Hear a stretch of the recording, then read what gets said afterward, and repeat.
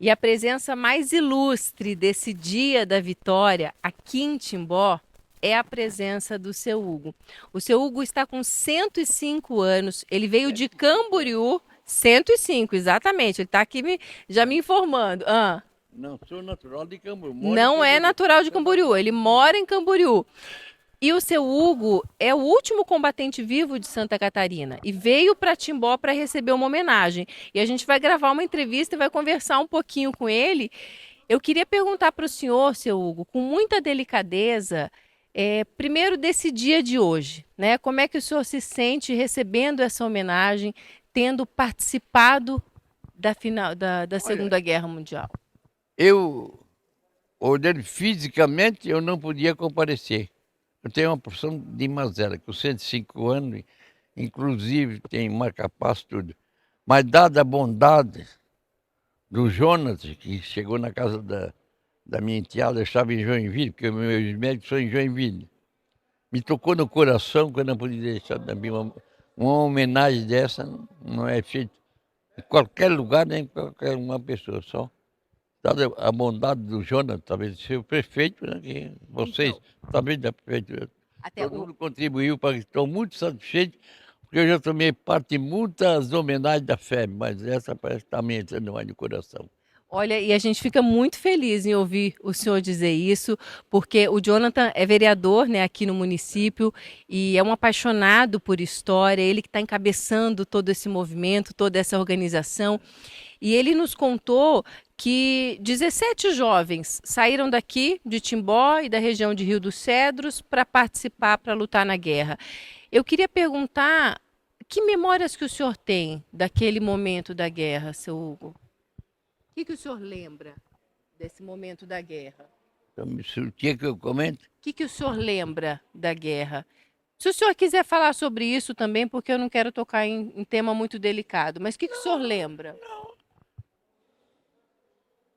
Um dia todo, não dá para nem contar. A guerra começou no dia 1º de setembro de 1939, quando 1 milhão de soldados alemães com 400 tanques invadiram a Polônia, se rendeu em 40 dias. E dali começou. Mas só que o Brasil era ditadura e o Getúlio era mais propenso para o lado da Alemanha, custou a declarar guerra.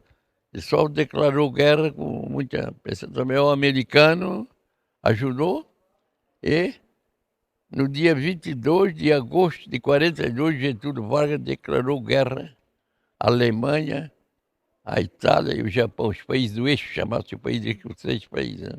E como é que o senhor foi parar na guerra?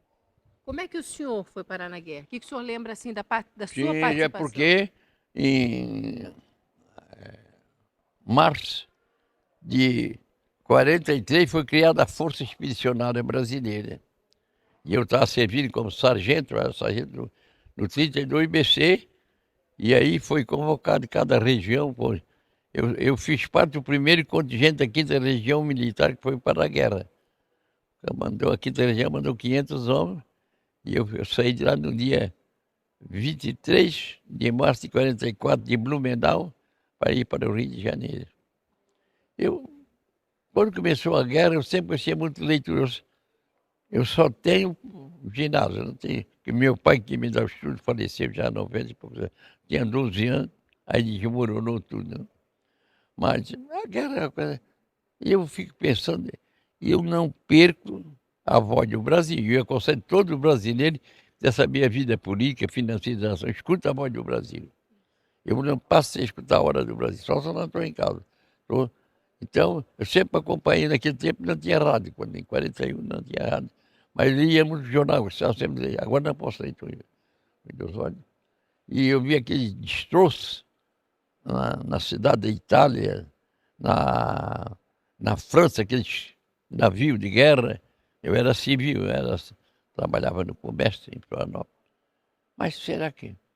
Pô, que coisa terrível. Naquele tempo era sorteio, aí eu fui sorteado. E em 41 eu fui sorteado. Passei a vir para o batalhão civil, e para os cabos, para os sargentos, e aí veio o negócio da guerra. E como é que o senhor se sentiu naquele momento? Assim, o senhor lembra de como é que o senhor se sentiu de ter sido sorteado, de receber essa notícia de que ia para a Na guerra? hora da. A gente dá um mal-estar, mas depois, se eu sempre gostei de cumprir o meu dever. Se eu fiz um juramento à bandeira no dia 25 de agosto de 55, quando eu fui promovido a cabo, aliás, de 41, quando eu fui promovido a cabo, tinha que cumprir, né? Eu não fui voluntário, fui designado, não disse nem sim, nem sim, não cumpri. E na guerra, eu fui sargento de transporte do 2º Batalhão, do 6º Regimento de Infantaria. E o transporte é a coisa principal da guerra. Sem transporte não há guerra. E nós éramos muito bombardeados. Eu tive a felicidade de o alemão não ter mais aquela aviação. Porque eu, como sargento-chefe lá da... Eu tinha que manobrar uma metralhadora antiaérea com os aviões. Eu nunca tive isso. Mas bombardeio, foi muito bombardeado. E no dia 4 de janeiro de 45, nós fomos 18 feridos e 6 mortos. Uma granada só. Porque na guerra, 80% dos que morrem não é da bala, que a bala é aqui, é a granada. Eu fui explodir, me pegou aqui. Por 3 milímetros tinha me atingido a carótida.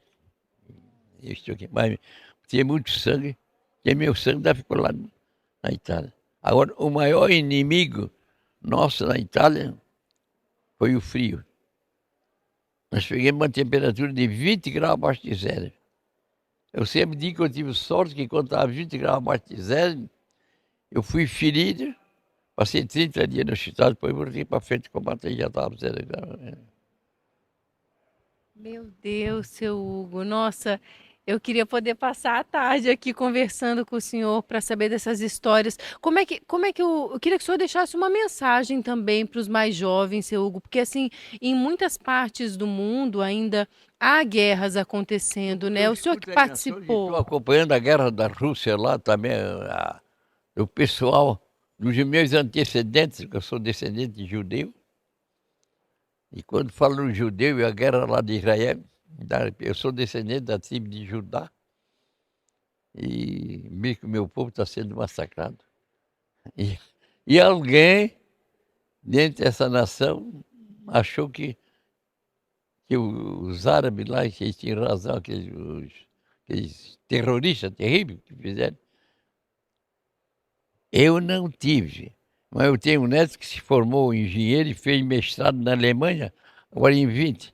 E ele teve lá nos fornos crematórios. Então, quando fala em judeu, o cara do judeu, é que me vem no meu coração. O bom é que o mundo tivesse em paz. Quando terminou a guerra, para nós terminou na noite de 7 de maio, às 7 horas, do 7 de maio de 45. Foi uma festa, uma alegria, aquela alegria. É comemorado dia 8, porque era noite, né? Aí eu fiquei satisfeito, aliás, eu não, nós ficamos satisfeitos que agora terminou a guerra. Agora o mundo vai viver em paz. Eu tenho a condecoração da ONU, quando completou criar a ONU. Bom, agora, há um ditado que Deus falou: a imaginação do coração do homem é má desde a sua meninice. É com estudo, você estuda lá. Não, mas não, na nova guerra, porque é analfabeto, porque não teve estudo. E os grandes homens. Na guerra era considerado os 4 grandes, né?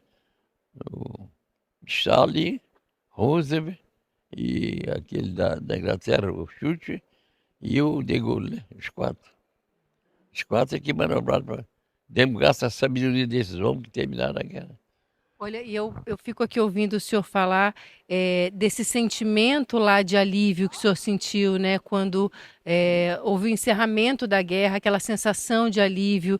O senhor estava feliz por voltar para casa depois de ter lutado na guerra, de ter sido ferido na guerra, mas eu queria conversar mais, mas eu acho que eu preciso liberar o seu Hugo porque ele tem que descansar um pouquinho. Ele gentilmente conversou com a gente, vai começar a homenagem para ele aqui. A gente está muito feliz em receber o senhor aqui, viu? A gente está muito feliz de ter Eu tenho conversado. uma memória, eu escrevi um livro, né? Ah, E quando está com 102 anos, precisa quase um dia para contar a história da guerra toda. Tem? pois é. Não vai ser nesse vídeo que a gente vai conseguir, né? Tem alguns documentos, quase as grandes batalhas, os grandes homens. Teve um homem na guerra, quando terminou a guerra, o Marechal Harold Alexander, inglês, chefe supremo das forças aliadas no Mediterrâneo, que nós não estamos na Itália, Mediterrâneo. Né? Vai começar, seu Hugo. Eu preciso liberar o senhor para o senhor descansar um pouquinho. Seu Hugo, senta. Ó, não é culpa minha, você está vendo. A tropa brasileira foi a melhor tropa que teve comandante, tropa disciplinada, combatida. A brasileira foi a melhor, então? Uma das melhores, quer dizer, tem muita tropa, né? Tá, mas uma das melhores, disciplinada. Que os brasileiros foram bons combatentes, um capitão do exército alemão, diz que os brasileiros, os soldados, pareciam uma turma de loucos, os demônios que avançavam de dia nas trincheiras dele. Então, isso foi esse marechal, e além de nossa combatividade, era uma tropa disciplinada e humana, o que não tinha nas outras tropas. Exatamente. Obrigada, viu, seu Hugo? Obrigada. Essa conversa, seu Hugo, com 105 anos, gentilmente veio para Timbó, recebeu esse convite, né, do Jonathan para participar. Nós estamos muito felizes com a aula de história que ele nos deu aqui também. Falou um pouquinho sobre o que ele lembra, muito lúcido, fala, né, de tudo, e a gente está muito feliz. E agora vamos acompanhar o momento, né? Vamos acompanhar essa celebração do Dia da Vitória, que é comemorada em diversos países europeus, como o marco do final da Segunda Guerra Mundial, o fim da Alemanha nazista.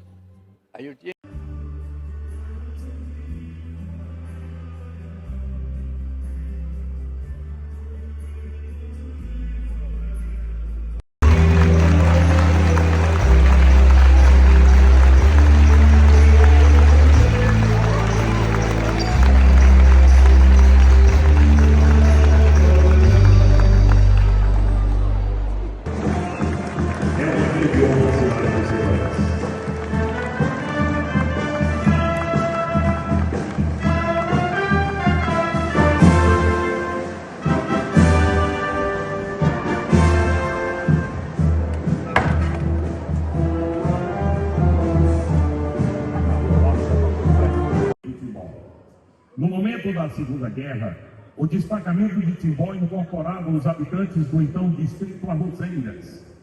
Por isso, a nossa gratidão hoje ao município de Rio Picedo de estar conosco aqui nesta homenagem aos nossos patrões.